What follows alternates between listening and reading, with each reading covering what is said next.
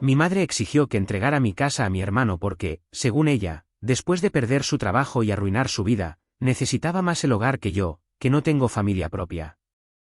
Todo empezó a desmoronarse el día que abrí la puerta y vi a mi madre parada ahí, con esa expresión que ya conocía demasiado bien, la expresión de vengo a arruinarte el día y no me importa. Detrás de ella, arrastrando una maleta medio rota, venía mi hermano. Ni me miró, solo bajó la cabeza y se quedó ahí parado, como si fuera normal aparecerse en casa de alguien sin avisar. Yo había comprado esta casa en las afueras de Dallas hace 3 años. No era nada del otro mundo, pero era mía. Después de años de trabajos de mierda, turnos dobles, jefes que me trataban como basura, finalmente pude juntar suficiente para dar el pago inicial. Cada rincón de esa casa era un recordatorio de todo lo que me había costado construir algo propio. Así que cuando mi madre se metió sin permiso, empujándome a un lado, ya sabía que algo malo venía. Entró, miró alrededor con una sonrisa rara y soltó, es perfecto. Yo ni siquiera alcancé a cerrar la puerta antes de preguntarle qué demonios estaba pasando. Mi hermano seguía afuera, como esperando una orden. Tu hermano se va a quedar aquí por un tiempo, dijo ella, como si fuera la cosa más normal del mundo.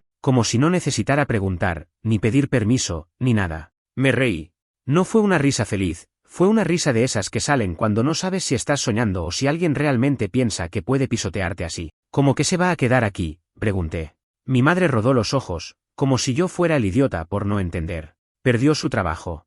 Lo dejó su novia. No puede pagar el alquiler. ¿Qué clase de hermano serías si no lo ayudas? Ahí supe que iba a ser una conversación de mierda. Porque con mi madre nunca se trata de pedir, siempre se trata de imponer. Siempre fue así. Cuando éramos niños, mi hermano era el intocable, el que podía hacer lo que quisiera y salirse con la suya. Yo era el que tenía que ser el responsable, el maduro, el que da el ejemplo. Y ahora, años después, todavía esperaba que siguiera cumpliendo ese papel. Le dije que no. Sin rodeos. No puede quedarse aquí. Mi madre frunció el ceño, se cruzó de brazos y soltó un bufido. No seas egoísta, dijo. Esta casa es demasiado grande para ti solo de todas formas, como si el tamaño de mi casa le diera derecho a ocuparla. Intenté mantener la calma. Le expliqué que no era cuestión de espacio, que era mi casa, mis reglas, y que no estaba dispuesto a vivir con alguien que no sabía cuidar ni de sí mismo, que ya bastante había cargado con sus problemas toda la vida. Pero claro, con mi madre, hablar es perder el tiempo. Se sentó en el sofá como si ya fuera suyo. Mi hermano por fin entró, caminando como un fantasma. No dijo nada. Ni una palabra. No gracias, no lo siento. Solo se dejó caer en una silla y bajó la cabeza. Y ahí, viendo esa escena, entendí que todo esto ya estaba planeado. Que mi madre no había venido a preguntar. Había venido a dictar su sentencia. No tiene a dónde ir, insistió. ¿Quieres que termine en la calle? Eso no es problema mío, le contesté. Él ya es un adulto. Es tu hermano, gritó. Como si eso automáticamente me hiciera responsable de sus cagadas. Cuando vio que yo no iba a ceder, cambió de estrategia. Se puso dramática. Empezó a hablar de todo lo que había hecho por mí, de cómo había sacrificado su juventud para criarme, de cómo una madre merece algo de gratitud. El mismo discurso barato de siempre, el que sacaba cada vez que quería manipularme. Le dije que le agradecía lo que hizo cuando era niño, pero que eso no le daba derecho a decidir sobre mi vida ahora, que ya no era un niño, que tenía derecho a poner límite. Se levantó del sofá como si la hubiera insultado. Me apuntó con el dedo y me dijo, si no ayudas a tu hermano, eres un mal hijo. Y te vas a arrepentir. No voy a cambiar de opinión, le dije. Si no salen ahora, voy a llamar a la policía.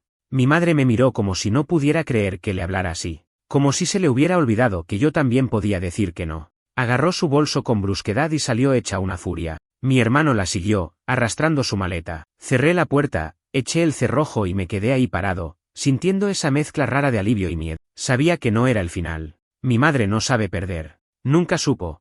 Y tenía razón. No habían pasado ni 2 días cuando empezaron los mensajes, las llamadas, los dramas familiares. Y eso fue solo el principio. La primera llamada fue de mi tía, la hermana mayor de mi madre. No hablábamos hace años, pero ahí estaba, marcando como si fuéramos los mejores amigos. Cuando contesté, no me dio tiempo ni de decir hola. Empezó a decirme que era un desagradecido, que mi madre había hecho todo por mí, que ahora yo tenía que devolverle el favor ayudando a mi hermano. Me hablaba como si fuera una deuda de vida, como si tener un techo propio fuera un pecado. La dejé hablar. No valía la pena discutir. Cuando terminó su sermón, le dije simple, mi casa, mis reglas, y le colgué. Después vinieron los mensajes de primos, de algunos conocidos que ni sé cómo se enteraron, algunos más sutiles, preguntándome qué estaba pasando, otros directamente llamándome egoísta, basura, mal hermano, mal hijo. Me habían pintado como el villano en una historia que ni siquiera entendían. Intenté ignorarlo. Seguí yendo a trabajar. Seguí con mi vida. Pero el domingo, mientras estaba almorzando, escuché un golpe fuerte en la puerta. Era mi madre otra vez. Esta vez venía sola. Y no venía a pedir. Venía con papeles. Me los tiró en la cara apenas abrí. Esta casa no debería ser tuya, me dijo. La pagaste con dinero que nunca hubieras tenido si no fuera por mí. Si quieres evitar problemas, firma y dásela a tu hermano. Agarré los papeles. Eran una especie de acuerdo redactado a mano, donde yo cedía voluntariamente la propiedad a mi hermano por necesidad familiar. Una basura sin valor legal. Pero eso no era lo importante. Lo importante era que mi madre había cruzado una línea nueva. Una en la que estaba dispuesta a inventar lo que fuera para conseguir lo que quería. Le pregunté si estaba loca. Me dijo que no, que estaba siendo práctica. ¿Que era lo correcto? Le devolví los papeles. Le dije que no iba a firmar nada. Que si volvía a aparecerse sin invitación, iba a llamar a la policía de verdad, no solo a amenazar. Que la próxima vez iba a haber un reporte oficial. Me llamó desagradecido, hijo de mierda, escoria. Todo eso ahí, en plena calle, mientras los vecinos miraban por las ventanas. Me importó poco. Cerré la puerta en su cara. Pero no terminó ahí. Esa noche recibí un correo de un abogado. Bueno, de alguien que decía ser abogado. Resulta que mi madre había convencido a un amigo suyo de la iglesia, que era experto en asuntos familiares, de mandarme una carta formal pidiéndome que entregara la casa para preservar la unidad familiar. Era tan ridículo que me reí solo. Consulté con mi propio abogado, uno de verdad. Me dijo que no me preocupara, que eso no tenía ningún peso, que mientras la casa estuviera a mi nombre, nadie podía tocarla, que si intentaban algo más, tenía todas las de ganar. Me sentí un poco más tranquilo, pero no bajé la guardia, porque conocía a mi madre, y sabía que todavía no había terminado. Y tenía razón. Un par de días después, empezó la siguiente fase, la campaña pública. De repente, mi nombre estaba siendo arrastrado por todos lados. Facebook, Instagram, incluso un par de grupos de la iglesia a los que ni pertenezco. Según los posts de mi madre y de algunos de sus aliados, yo era un hombre sin alma que había abandonado a su propio hermano a la miseria, que me había aprovechado de la buena voluntad de mi madre para hacerme rico y que ahora me negaba a compartir ni un poco de mis bendiciones. Había fotos mías, fotos de la casa. Inventos sobre mi sueldo, sobre mis supuestas vacaciones lujosas, que no existen, sobre cómo me burlaba de los menos afortunados. Todo una novela. Algunos familiares más cercanos empezaron a escribirme en privado, preguntando si era verdad. Algunos, para su crédito, me creyeron cuando les expliqué. Otros simplemente me dejaron de hablar. El daño estaba hecho. Y mientras tanto, mi madre y mi hermano seguían sin dar señales de querer arreglar las cosas de forma adulta. Una tarde, después del trabajo, encontré un sobre pegado a la puerta. Sin remitente. Dentro había una nota escrita a mano. Todavía puedes hacer lo correcto. Piénsalo antes de que sea demasiado tarde. No sé si fue mi madre, si fue algún amigo de ella, o si fue mi propio hermano. Pero ahí entendí que esto no era solo una pelea familiar. Era un asedio. Y todavía no había llegado lo peor. Una semana después de todo el circo de los posts en redes sociales, pasó algo que ya venía oliendo desde lejos, pero que igual me agarró desprevenido. Un viernes, tipo 8 de la noche, estaba en mi cuarto, medio tirado revisando el teléfono, cuando escuché ruidos raros en la entrada. Pensé que era algún gato, o el viento, porque tampoco era algo muy fuerte. Pero cuando fui a mirar por la ventana, vi a mi hermano, ya adentro del jardín, empujando una bolsa de basura grande y una caja de cartón. Ni siquiera había tocado la puerta. Se metió como si fuera su casa. Bajé corriendo y abrí la puerta de un tirón. ¿Qué carajo estás haciendo?, le grité. Mi hermano, sin ningún tipo de vergüenza, me miró como si yo fuera el loco. Vine a instalarme, dijo. Mamá dijo que habías recapacitado. No sabía si reír o romper algo. ¿Recapacitar qué? Te dije que no. No puedes vivir aquí, le respondí. Me encogió de hombros como si no fuera problema suyo. Ya estoy aquí, dijo, como si eso solucionara todo. Le dije que se largara, que se llevara sus cosas, que no iba a repetirlo. Ahí es donde se puso peor. Sacó el celular y empezó a grabarme. Me acusaba de echar a un hombre sin hogar en la calle. Decía cosas tipo, miren cómo trata a su propio hermano. Sin corazón. En plena noche. No era para mí, era para su show en redes. Yo sabía que no podía tocarlo, que no podía ni levantarle la voz demasiado fuerte porque después iba a ser el malo de la historia. Así que agarré mi propio teléfono y llamé directamente a la policía. Mientras esperaba que llegaran, mi hermano se sentó en el pasto, abrazando su caja de cartón como si fuera una víctima de guerra. Yo ya estaba pasado de todo. No me importaba lo que los vecinos pensaran. Que vieran la basura que era toda esta situación. Cuando llegó la patrulla, les expliqué todo. Mostré el título de propiedad, los mensajes anteriores, los intentos de hostigamiento. No hizo falta mucho. Los oficiales fueron bastante claros. Si el dueño de la casa no quiere a alguien dentro, esa persona tiene que irse. Punto.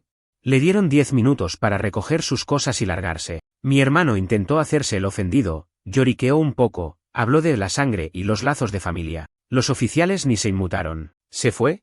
Pero no sin antes amenazarme. Mientras se alejaba arrastrando su maleta, me gritó: «Te vas a arrepentir, cabrón. Mamá no va a dejar esto así». Yo solo cerré la puerta, apoyé la espalda contra ella, y me dejé caer al suelo. Me temblaban las manos. No de miedo, de rabia, de cansancio, de hartazgo. Pensé que con eso se terminaría todo. Obvio que no. Al día siguiente, empecé a recibir correos electrónicos falsos, intentos de phishing, mensajes diciendo que mi casa iba a ser embargada, amenazas veladas de demandas familiares, hasta llamadas de números desconocidos en plena madrugada, donde nadie hablaba del otro lado. Todo esto venía claramente de mi madre y su círculo de amigos resentidos. Cada día me sentía más asediado, como si no pudiera vivir tranquilo ni en mi propia casa. Y como si todo eso fuera poco, un domingo por la mañana, al salir para hacer las compras, encontré que alguien había rayado el costado de mi coche con una llave.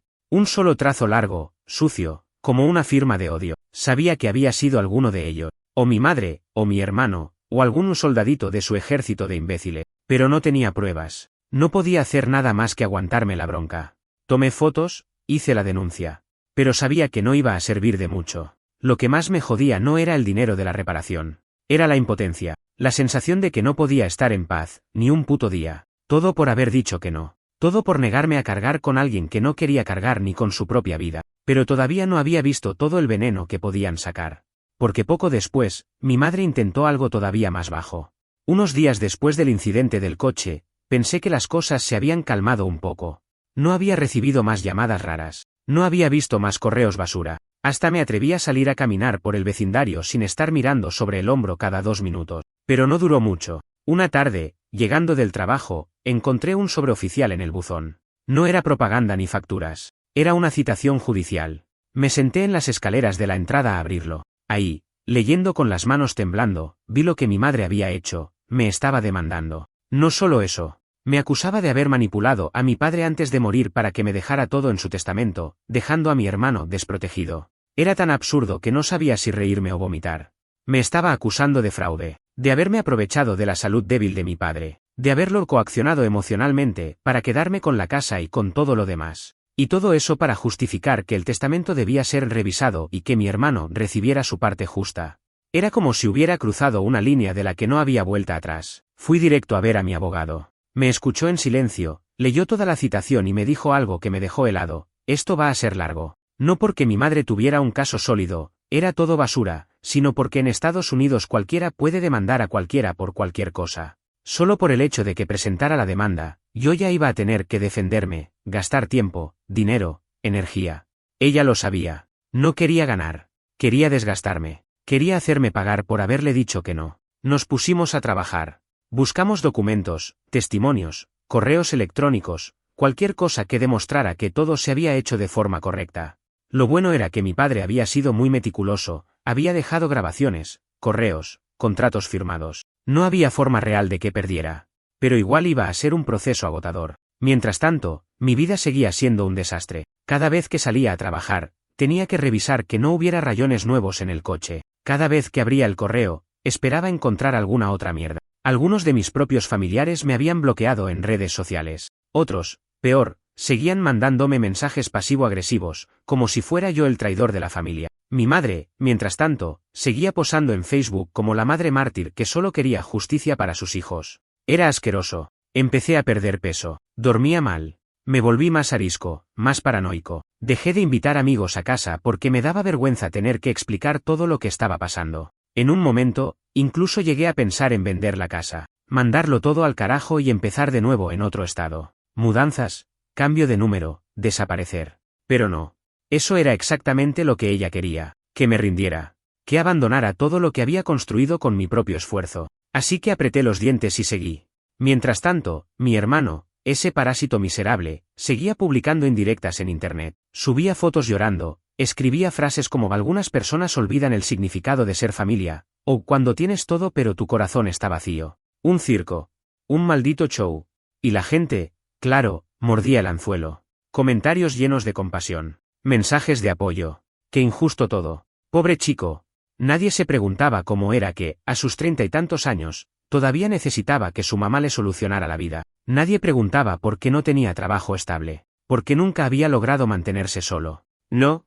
El malo era yo. El monstruo insensible que no quería regalarle su casa. Un día, cansado de todo, me fui a caminar al parque que está a unas cuadras de mi casa. No llevé el celular. No llevé nada. Solo salí a despejarme, a tratar de respirar algo que no fuera veneno. Me senté en una banca mirando a la nada. Veía a la gente pasear con sus perros, a los chicos jugando a la pelota. Y pensé, ¿cómo carajo llegué a esto? ¿En qué momento ser independiente, ser responsable, se convirtió en un pecado? La respuesta era simple, en el momento en que dejé de ser útil para ello. Para mi madre, yo solo era valioso mientras podía cargar con los problemas de los demás. Mientras me podía usar como muleta para su hijo inútil. Cuando puse un límite, cuando dije que no, pasé a ser el enemigo. Así funcionan los narcisistas. Pero no iba a caer en su juego. No esta vez. Ya había perdido demasiado tiempo en esta familia enferma. La primera audiencia fue un chiste. Mi madre llegó al juzgado vestida como si fuera a recibir un premio. Vestido negro, cara triste, pañuelo en la mano.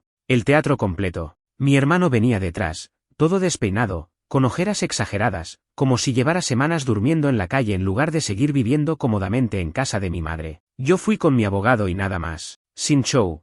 Sin nada. Solo cansancio y la certeza de que no iba a dejarme aplastar. Mi madre, obviamente, se tiró el drama más grande que pudo. Le contó al juez una historia digna de telenovela, que su pobre hijo había sido manipulado por mí, que el verdadero deseo de mi padre era que la casa fuera para la familia, que ella confiaba en la bondad de mi corazón para corregir este error. El juez, por suerte, no compró ni la mitad.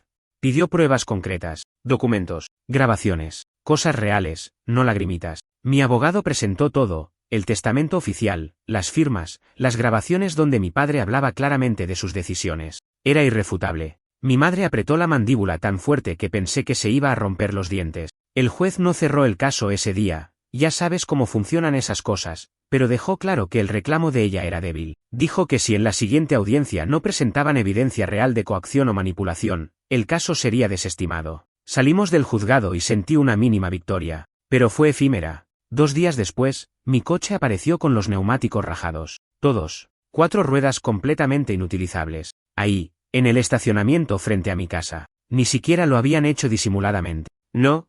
Habían dejado una nota en el parabrisas que decía, eso es por no cuidar de tu familia. Sabía perfectamente de dónde venía. Llamé a la policía. Levanté el reporte. Pero sin cámaras, sin testigos, sin pruebas claras, no podían hacer nada más que agregarlo al expediente. Otra vez, impotencia. Empecé a moverme más precavido. Instalé cámaras de seguridad alrededor de la casa. Cambié las cerraduras. Puse una alarma. No podía confiar en que el sentido común o la vergüenza los detuvieran. Al mismo tiempo, mi abogado y yo seguimos preparando todo para aplastar esa demanda. Recopilamos cada mensaje, cada publicación, cada intento de difamación que habían hecho en redes sociales. Todo lo que pudiera demostrar que ellos no estaban actuando de buena fe. Que todo era venganza y manipulación. Y mientras tanto, mi madre seguía su cruzada pública. Hacía publicaciones llorando en Facebook, contando que estaba peleando por lo que era justo, que algunas personas pierden su alma por dinero, que ella solo quería proteger a su familia. Un día incluso organizó una especie de recaudación de fondos, un GoFundMe para cubrir los gastos legales de la batalla por la justicia familiar. Ridículo, pero funcionó. La gente empezó a donar. Familiares lejanos, amigos de la iglesia, vecinos, gente que no tenía idea de lo que realmente pasaba. Cada donación era como una patada en el estómago. No porque me importara el dinero, sino porque demostraba que a veces la verdad no importa. Que el espectáculo, el drama, la lágrima falsa, pesa más que los hechos. Pensé en contestar. En hacer mi propia versión pública de la historia. Pero no. No iba a jugar su juego. Iba a ganar donde importaba, en la corte. Y entonces, cuando parecía que ya no podían caer más bajo, hicieron algo que de verdad me sacó de quicio. Una tarde, llegando del trabajo, encontré a un tipo merodeando frente a mi casa. No era un vecino. No era nadie conocido. Estaba parado ahí, mirando la casa como quien inspecciona una propiedad. Me acerqué y le pregunté quién era. Me dijo que venía de parte de una agencia inmobiliaria, que había recibido una solicitud para evaluar la casa porque estaba próxima a ser puesta en venta. Casi me da un infarto. Llamé a la agencia. Me confirmaron que alguien, haciéndose pasar por mí, había intentado iniciar el proceso de venta de mi casa. Era una locura. Un delito. No firmaron nada, por suerte. No llegó a mayores, pero fue una muestra de hasta dónde estaban dispuestos a llegar. Ahora no era solo hostigamiento, era sabotaje real. Intentar vender mi casa sin mi permiso. No era mi imaginación, mi madre y mi hermano habían declarado guerra abierta, pero también cometieron su error más grande. Porque todo eso, las amenazas, los sabotajes, los intentos de fraude, empezaron a acumularse como pruebas en su contra. Y yo no iba a desaprovecharlo. Después del intento de vender mi casa a mis espaldas, ya no había vuelta atrás. Dejé de tratar de mantener la paz. Dejé de pensar que se iban a cansar solos. Entendí que o me defendía de verdad o iban a seguir aplastándome hasta dejarme sin nada. Llamé a mi abogado esa misma noche. Le conté todo. Su respuesta fue clara: vamos a contraatacar. No podíamos acusarlos directamente todavía, porque no teníamos grabaciones o testigos del sabotaje inmobiliario. Pero sí podíamos usar toda la campaña de difamación, el acoso, los daños a la propiedad, y la falsificación de identidad como contexto para el juez. Empezamos a preparar una contrademanda. Iba a demandar a mi madre por difamación, por daños y perjuicios, y por intento de fraude. Era un movimiento sucio, sí. Pero ellos cruzaron todas las líneas primero. Yo solo estaba devolviendo el golpe. Mientras tanto, en casa, reforcé aún más todo. Compré más cámaras. Puse sensores de movimiento. Alarma conectada directo a la policía. Cambié todos mis correos electrónicos y contraseñas. Actualicé mis redes sociales a modo privado total. Me aislé de todo. Mi vida se volvió una rutina de paranoia. Salía al trabajo. Volvía. Cerraba todo. Vigilaba las cámaras cada pocas horas. Evitaba a los vecinos porque ya no sabía quién estaba de su lado y quién no. No era vida. Pero prefería eso antes que abrir una grieta por donde pudieran joderme más. Un par de semanas después, llegó la segunda audiencia del juicio. Esta vez, mi madre ya no tenía esa sonrisa segura en la cara. Su abogado, que claramente no era gran cosa, presentó básicamente lo mismo que la vez anterior: acusaciones sin pruebas, historias tristes, lágrimas. Mi abogado, en cambio, presentó todo el paquete: capturas de todas las publicaciones donde difamaban mi nombre, mensajes privados llenos de amenazas pasivas, el intento de fraude inmobiliario reportado a la agencia, los reportes policiales por daños a mi coche. Y algo extra que no esperaban: grabaciones de las cámaras de seguridad de mi casa, donde se veía a mi hermano merodeando por la noche, el mismo día que me rayaron el coche. El juez escuchó todo, miró todo, y la cara de mi madre fue cambiando minuto a minuto. Pasó de estar indignada a estar pálida. El juez dejó claro que si no retiraban la demanda voluntariamente, él mismo la iba a desestimar por abuso del sistema judicial. Y advirtió que podía haber consecuencias por todos los actos de hostigamiento. Mi madre trató de protestar, llorar, apelar al sentimiento, pero el juez no compraba nada. Finalmente, su abogado pidió un receso. Y en privado, mi abogado me confirmó que querían llegar a un acuerdo para no quedar peor. Un maldito acuerdo. Querían que yo firmara un papel diciendo que no deseaba continuar acciones legales a cambio de que retiraran la demanda original. En otras palabras, te dejamos de molestar si nos prometes no demandarnos tú. Era una jugada típica de cobardes. Podría haber aceptado. Podría haber dicho: ya fue, seguir adelante y olvidarme de todo. Pero no. Estaba demasiado roto, demasiado harto para dejarlo pasar. Le dije a mi abogado que no, que seguíamos adelante con la contrademanda, que ahora ellos iban a sentir en carne propia lo que era ser perseguidos, expuestos y aplastados, que se acabaron los días de dejarme pisotear. Cuando salimos del juzgado, vi a mi madre llorando en la acera, abrazada a mi hermano. Un par de sus amigas de la iglesia estaban con ellas, intentando consolarlas. Todo el show. No sentí ni un gramo de culpa. Solo vacío. Una calma fría. Era el fin de la paciencia. Ahora iba a pelear con todo. Y esta vez, no iba a dar tregua. Pocos días después de la audiencia, mi abogado presentó oficialmente la contrademanda. No hubo espacio para malentendidos. Los acusamos directamente de difamación, acoso, daños a la propiedad, intento de fraude y uso indebido de identidad. Mi madre recibió la notificación un martes en la mañana. Yo no estuve ahí para verla, pero me contaron que hizo una escena. Gritos en el jardín, lloriqueos dramáticos, insultos a medio mundo. Como si todo el barrio tuviera que ser testigo de su desgracia. No tardaron en llegar los mensajes de familiares. Algunos rogándome que retirara la demanda. Otros acusándome de llevar las cosas demasiado lejos. Que era familia. Que había que perdonar.